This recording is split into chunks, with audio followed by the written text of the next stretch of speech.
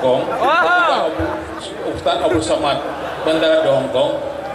Ya Ustaz, Ya, di sana ada puluhan ribu umat Islam di Aceh. Hebat di sana di Aceh. Kenapa Anda datang ke sini hanya untuk melayani ratusan? Sana ada. Alah, hai Ustaz Irwandi. Pemerintah Cina Hong Kong Oh, hai Ustaz Irwandi. kirim kembali Ustaz Abu Samad. Ustaz Irwandi. Datang ke Aceh.